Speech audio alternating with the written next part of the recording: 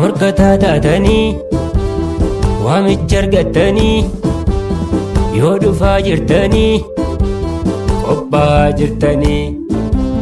Morkataa taatanii waamicha argattanii yoo dhufaa jirtanii qophaa'aa jirtanii.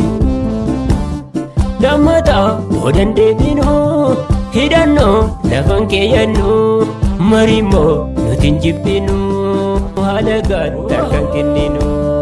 Lammataa boodan deebinuu hidhannoo lafan keeyyannuu mariimmoo nuti hin jibbinuu haala gaarii kan kenninu. Bara dhibbaa shantam guutuu alagaa jalabbu osoo walirraa dhaallu amma quufne dadhaban kana nu gahe kana boodatti hin deebinu. Kanaafuu amma walii gallee irbuu teenya taganama waliin seenne san irratti hundooyne gama qabsoo teenya gama falmaa keenyaa soso'uun dirqama keenyaan isinin jaa maal jettanis. Kanuma jabaanni akkuma isinin jeesanii wanni amma nu barbaachisu karaa tokko deemu wal dhaga'u wal jala deemudha. Nuti wanni bara dhufaa dabraa bara dhibbaa shantam guutuu biyya tana keessatti biyyuma abbaa keenya handhuura biyya teenya irratti gabroomuuf hin jiru. Qabeenya keenya fi dachii teenya fi lafa teenya fi lafee teenya irratti wanni gabroomnuuf hin jirtu gama falmaa qabsoodhaa soso'uudha qaba. Wanti abbaan keenya nuun jee waan bareedaadha jaallan. Kanarratti hundaa'uudhaan waan tokko jira bakka kana. Inni dura Oromiyaa tana nama hedduu saamuu barbaada. Diinni afaan banatee afoo dhaabbatee ka eeggatu baay'eetu jira. Daanguma keenya kanaafuu lafee teenyaan utubnee eeguun boqonnaa nu harkachiisuun qabdu. Sa'aan itti boqotan hafee jira. Du'aanis boqonnee jirra hubadhaa. Hirribaanis boqonnee turreemi arraa booda rafuus hin qabnu du'uus hin qabnu.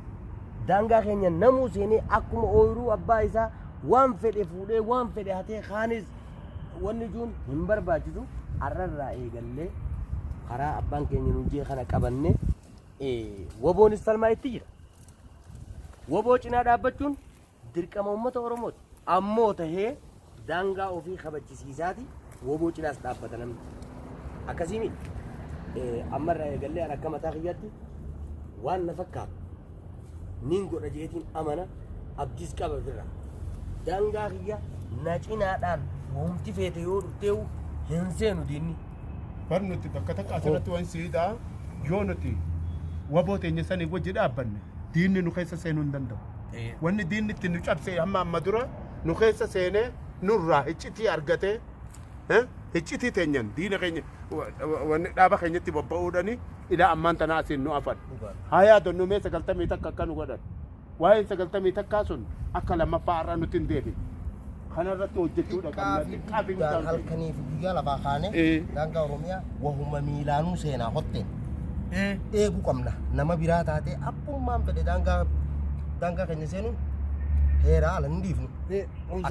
Asirratti anis yaadaan qaba. Yaadni nan qabu yaada abbaan keenya jee inni fudhanna ni fudhanna. Duraanuu yaada walii fudhachuu dhabuu fi gartee waan abbaan keenya jiru fi waan gartee inni nuuf itti catu inni nuuf itti dhiigi inni nuuf itti tumame jiru dhaga'uu dhabuudhaan dila kana qaawa fi bannee ifnanyee ilaa ammaa boohutti jira. Waggaa 150 guutuu nuti ilmaan Oromoodha. Abaabuloo keenyarraa akaakuyyoorraa boohaatumas keenya hanga arraan tanaa booyii kun nurraa hin cinne. Karaan booya kana ittiin firraa hambifnu karaa tokkicha falmaa san qofa. Karaa kalafeetti nuu cabe irra deemu san qofa. Karaa inni itti nuu du'e ilaa ammaa itti hidhamu itti cafaqamu itti du'u karaa ilaa ammaa itti boohaa jiru kana malee akka hin jirre akkuma abbaan keenya jee kana beenyee nuti wanni godhuu qabu. Isaan waliin daangaa keenya kaabaa kibba bahaa dhihatti Oromummaan tumamne Oromummaan cafaqamne Oromiyaadhaaf jecha ajjeefamne saamamne waan ta'eef akka Oromootti kaanee falmachuu fi daangaa keenya saraaranne Oromiyaa teenya tana tiifachuun nurra jiraan jaanilleen jecha abbaan keenya kun nuun jee nin dhugoomsattiin amana kana deeggareetiin isinis akkam jettan. Ammarraa eegallee Namutu nuti qeeroon nu qofa osoo hin ta'in nuti qeeroon bakka akkaataan jirru keenya kan biraatiis namni qeerroo ta'e xiqqaa kan ta'e guddaa kan ta'e namu walirratti eeguu qabna. Kanaafumma namuu dirqama inni isarra jiru kan dura jiru jechuudha fakkaataa keenyaas nutiis biyya teenya kophattiis ta'ee diinuma seenu gamtaanis ta'ee bakka garri diina keenya hin dhiibne halkanii fi guyyaa nama dachii Oromiyaa seenu tiisuu qabna abbaa keenya tana baay'ee galatoomi gorsa kana nu kan nu qayti. Fayyaa tahaa gorsa kiyya kana fudhattanii isinilleen na dhageessanii naa wajjin waan kanarratti daandii kanarratti naa wajji deebi'uu keessaniif galatooma. Wanni ani isinii dhaamu waa jiraatte maali? Waan gaaddu jee biyya teenya keessa waa gaada. Diina nu gaadu. Bakka jirrutti halkanii guyyaa ifirraa eeyne ifirraa qabuudha qabna. adamsuu qabna. Adamsuu qabna bakka garretti. Daangaa keenya nam tokko irratti eeguu qabna ammarraa kaasee eeggachuu qabna. Eeggachuu qabna. Halkanii fi guyyaa. Halkanii guyyaa. ta'uu qaba. Irbuun. Daangaa Oromiyaa irra booda ni eeyna. Ni eeyna. Nuti qeeroon dhiiga keenya dhiigni keenya lola'ee lafatti hin hafu. Hin hafu. Qotee bulaa fi daldalaan keenya akkuma biyyaa akkuma addunyaadhaaf beekamuu qaba. Beekamuu qaba. Oomishni keenya addunyaadhaaf galmaa'uu qaba. Galmaa'uu qaba. Bu'aan uummata Oromoodhaa Oromiyaadhaaf ta'uu qaba. Ta'uu qaba. Ta'uu qaba. Ta'uu qaba. Daangaan ilmaan Oromoodhaa bahaa fi dhiyaa fi kaabaa fi kibbaan guutummaan guututti Oromiyaan qeeroo Oromiyaatiin eegamuu qaba. Eegamuu qaba. Hattuu fi funaantuun gantuu fi ololtuun Oromiyaa diiguu irratti bobba'uun hin jiraatu. Hin jiraatu. Hin jiraatu. Hin jiraatu. Ulee jaallan keenya nu kannan turree isaan nuuf tattaraaran fuunee galmaan ni geenya. Ni geenya. Ni geenya. Ni geenya. Bilisummaa Oromoodhaan ni mirkaneessina. Ni mirkaneessina. Walabummaa Oromoodhaan ni mirkaneessina. Ni mirkaneessina. Alaabaa Oromoodhaa Finfinnee irratti ni mirmirsiifna. Ni mirmirsiifna. Waggaa 150 namaa nurra turte teenya zalaalamiif umriidhaaf akka jiraattu ni goona. Ni goona. Ni goona. Ni goona. Dhiigalmaa Oromootiin goona. Ni goona. Lafee ilmaan Oromootiin goona. Ni goona. Khalaas. Injifannoon ta'u.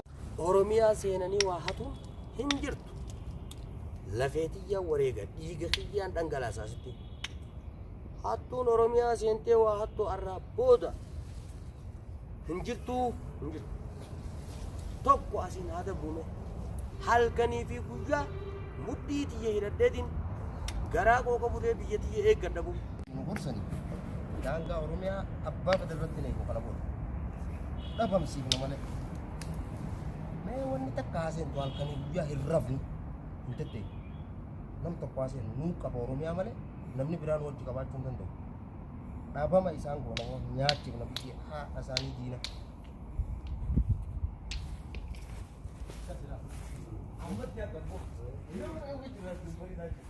Gabrummaa bara dhibbaa dadhabne gabrummaa bara dhibbaa irraan booda ba'anneen teenyu waan biyya teenya seenaa alagaa fedhe ta'ee biyya teenya keessaa dhabamsuu malee wanni biraa takka tanu baaftu jiru.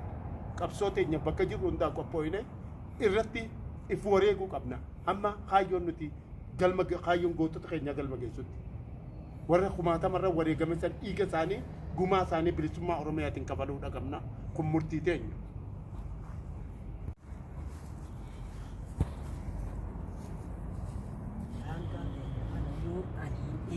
namni naaf eegu hin jiru.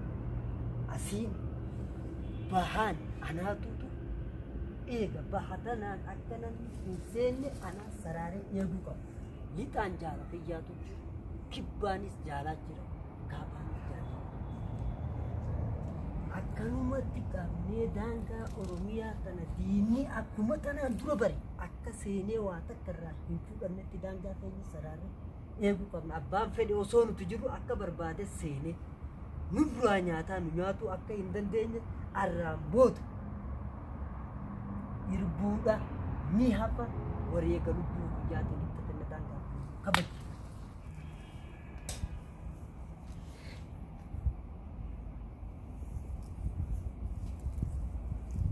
እንዴ አሁን ሌሊት ነው። ይሄን ሰሞን እኮ ኦሮሚያ ውስጥ በቀን ለመግባት ሀርዶ የሆነ ነው። ስለዚህ አሁን እንግዲህ ሌሊት ነው፣ ማንም የለም። በቀን ካልሆነ በስተቀር ኦሮሚያ ውስጥ መግባት በአሁኑ ሰዓት ሀርዶ ሆኗል። ስለዚህ አሁን ገብቼ አንዳንድ ነገር ዝርፍ ማጥቃት አለብኝ። አንዳንድ ነገሮችን ለፍላፍ መዝረፍ ቀን ቀንማ ሀርዶ ሆኗል የመጨረሻ። ስለዚህ መግባት አለብኝ።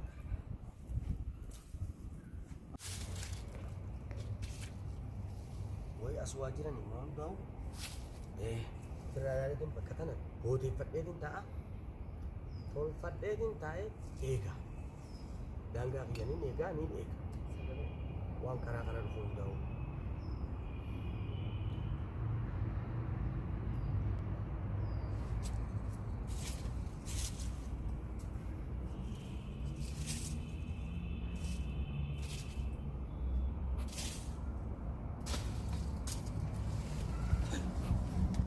አዎ ማለዛ ማለት ነገር ብታስ እኔ እኮ ጅብ መስሎኝ ነው እኔ ድንጋይ ወረወኩላ እናንተ እኮ አጎቴ እናንተ እኮ አጎቴ እናንተ እኮ አንበሶች ናቸው። ከሄረ ቢየተነት ሴንቴ ሲንቀቡ ዳጋስ ደርብታ ነመት ደርብታ ዳጋ ቢየነማ ከሰ ሴንቴ እሺ እኔ ማጀቱ ዳጋማ ደርብታ እኔ ማለት እኮ የወረወርኩ ድንጋይ ለጅብ መስሎኝ ደው እናንተማ ማሊ እኔ የምልህ አጎቴ ወቦ እናንተ ከድሮም ጀምራችሁ እኮ አንበሶች ናቸው። ጅብ መስሎኝ ነው አሁን መስሉ ማሊ አሁን ጅብ መስሎኝ ነው ድንጋይ ወርኩ እናንተ እኮ አንበሶች ናቸው ድሮም አገዛ አጥብተባኝ እስከዛማ እሺ biyyatteenya ni eeggan namni tokko diinni tokko biyyateenya keessa seenuu hin eeyyamu ni eegganna biyyateenya halkanii guyyaa dhaabbanne eeggan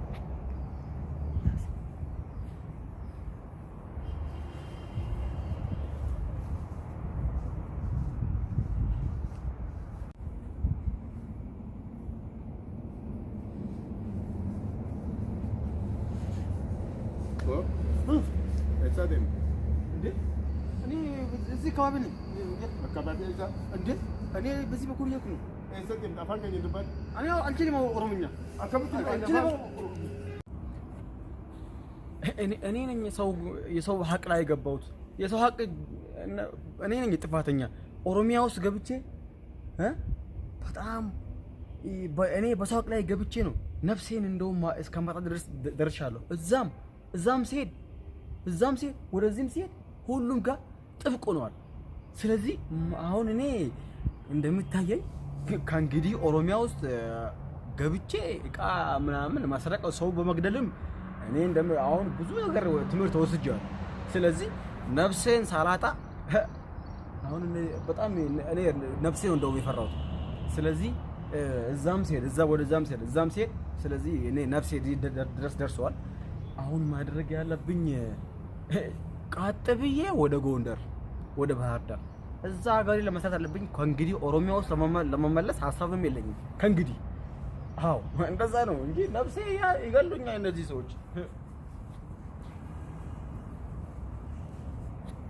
ሽንትም ዳንጋ የግጁ ደጉ ዳንጋ ሰርበም ያከማል ቀንታኒስ ከተውሴኒ ኑማኛቴ ኑኛቱ አረቦ ደሞ አመቦድ ዳንጋ ከኛ ከን ምርገ ኢሳቲ ፊ ገርቴ ዳንጉ መከኛ ከናው ሁንቱ አውሴ ደረንቲ ከበጂፈ kana kabajifatu raafeenyi tingaafanu hajamalle ammabooda namni tokko daangaa keenya irratti abbummaan kan irraa eeganu hin jiru nu eegan mee haaseen oromiyaan ta'u oromoo taate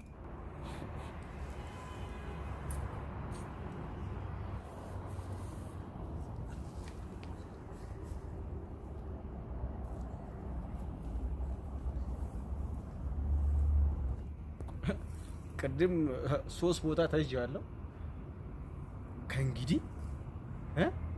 ከእንግዲህማ የሌለ እንትን ብለዋል። ነፍሴን እንደውም ማዳን ከቻልኩኝ ትልቅ ነገር ነው አይደል እንዴ? አዎ ነፍሴን ማዳን አለብኝ። ብዙ ቦታ ተይዣለሁ። ስለዚህ አሁን ማድረግ ያለብኝ መውጫ በር ፈልጌ ማውጣት ነው። ከእንግዲህ ኦሮሚያ ውስጥ ገብቼ ለመስረቅ ሰው በመግደል ተስፋ ቆርጫለሁ። እቺን ነፍሴ እንደውም ካዳንኳት እቺን ነፍሴ ይበቂ ናት። ጎጃም ገብቼ ነው በቃ እዛ የለመድኩት እርሻ ማድረግ ያለብኝ እንጂ አሁን እነዚህ ሰዎች ይገሉኛል። በሰላም ብቻ ያውጣኝ።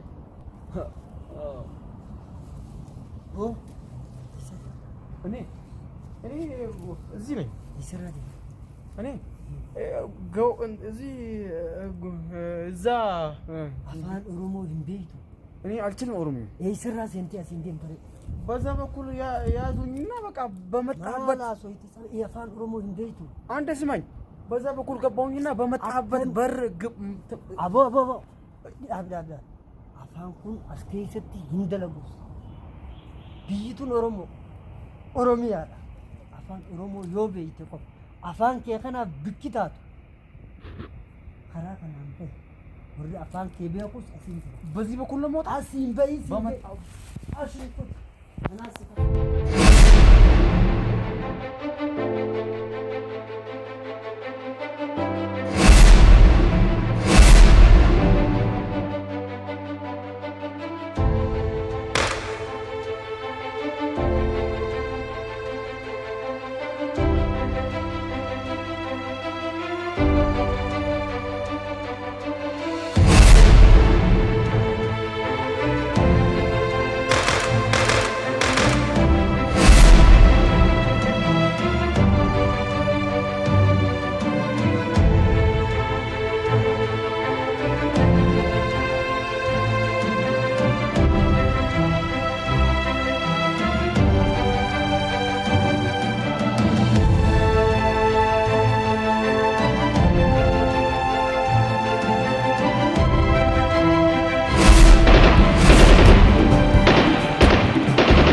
Wai dina tanga homarse awa ere bankabu